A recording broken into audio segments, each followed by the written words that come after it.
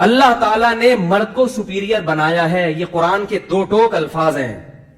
عورت کو مرد کا کیا بنایا اللہ نے؟ بولو بھائی.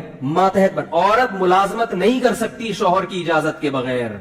بالکل یہ اس کا بنیادی رائٹ نہیں ہے. اس پہ کوئی، کیونکہ آج لبرل قسم کے جو مولوی ہیں نا، انہوں نے لبرل لوگوں کو خوش کرنے کے لیے خواتین کے ایسے حقوق کو پر بات کرنا شروع کر دی جو اسلام نے عورت کو نہیں دی. انہوں نے کہا عورت جاب کرنے میں آزاد ہے. قطعاً آزاد نہیں ہے. اس کو جاب کرنے سے پہلے اپنے شوہر سے پرمیشن لینی پڑے گی. بیٹی ہے تو باپ سے پرمیشن لینی پڑے گی. اس کے بغیر وہ جاب نہیں کر سکتی. ہاں، شوہر اپنے حقوق پورے نہ کر رہا ہو، اس کو خرچہ پورا نہ دے رہا ہو، پھر عورت شوہر کی اجازت کے بغیر جاب کر سکتی ہے. لیکن اگر شوہر اپنی ذمہ داری پوری کر رہا ہے تو عورت شوہر کی پرمیشن کے بغیر جاب، بولو نا بھائی، نہیں کر سکتی. اسلام نے شوہر کا حق باپ اور ماں سے بھی بڑا بنایا ہے عورت کے لیے. یاد رکھو، باپ اور ماں سے بھی اسلام کے دو ٹوک احکام ہیں. شوہر سب سے پہلے. کیوں؟ اسلام چاہتا ہے کہ شوہر کو یہ حقوق اسلام نے اس لیے دیے تاکہ وہ اس بیوی کو چھوڑے نہیں. اس کو یہ اندازہ ہو کہ یہ میری ماتحت ہے. جو چیز آپ کی ذاتی ہوتی ہے نا، ماتحت آپ کے کنٹرول میں ہوتی ہے، آپ اس کو اتنے آرام سے چھوڑتے نہیں ہو. آپ اس کو اتنے آرام سے چھوڑ. دیکھو، جو ملازم آفس میں آپ کے ماتحت ہو کے چلے گا، آپ اسے جاب سے نہیں نکالو گے. کیا خیال ہے؟ نہیں نکالو گے آپ اس میں. اور جو باس کی آنکھوں میں آنکھیں ڈالنا شروع کر دیں، بولے گا بھائی نکل یہاں سے، تو اب آپ کہو گے شوہر کو باس کیوں بنا دیا؟ بھائی جو طاقتور ہوتا ہے باس، بولو نا بھائی، وہی ہوتا ہے. گھر چلانے کے لیے کسی ایک کو سربراہ بنانا ضروری ہے.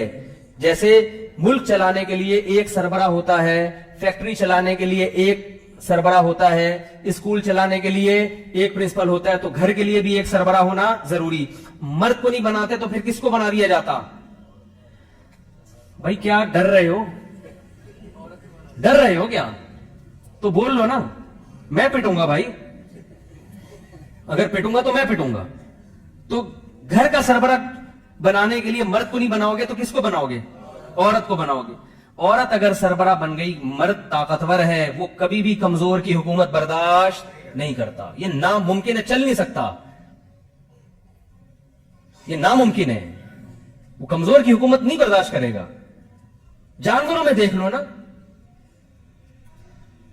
اللہ تعالیٰ نے، میں مردوں کے فضائل بیان کرنے کے لیے نہیں بیٹھا ابھی یہاں پہ. خواتین پریشان ہوتی کیا ٹاپک لے کے بیٹھ گیا. میں آپ کو یہ بتا رہا ہوں کہ یہ جو آزادی کی بات کی جا رہی ہے نا، آپ کو لیبل لگائے جا رہے ہیں ہمیں آزاد. مرد کی ماں، مرد کی دسترس سے خدا کی قسم قیامت تک آزاد نہیں ہو سکتی. کسی کا باپ بھی آپ کو آزاد نہیں کر سکتا. آپ کی عافیت اسی میں ہے کہ اپنے آپ کو مرد کا غلام نہیں، مرد کا ماتحت بنا لو. اسی میں عزت ہے. بہت مشکل ہے سمجھانا، کیونکہ فزیکلی اللہ نے مرد کو طاقت دی ہے. طاقتور سے الجھنے سے ہمیشہ نقصان ہوتا ہے، فائدہ نہیں ہوتا. طاقتور سے بنا کے رکھنے میں فائدہ ہوتا ہے. آج یورپ میں عورت کو کتنے حقوق دے دیے، مگر کمزور عورت آج بھی ہے. مزے مردوں کے آج بھی وہاں پہ، آج بھی عورت کمزور ہے وہاں پہ، مزے وہاں بھی مردوں کے ہیں. اور اسلام نے عورت کو مرد کا ماتحت بنا کے عورت کو حقوق دیے ہیں، اس لیے کہ مرد باؤنڈ ہو جاتا ہے کہ یہ میری ماتحت ہے، اب اس کی تمام ذمہ داریاں کس پر آ رہی ہیں؟ مجھ پہ آ رہی ہیں. تو اللہ نے اس کو باؤنڈ کر دیا اس کا ماتحت بنا کے. آپ اس کو کیا کر رہے ہیں؟ آزاد کر رہے ہیں.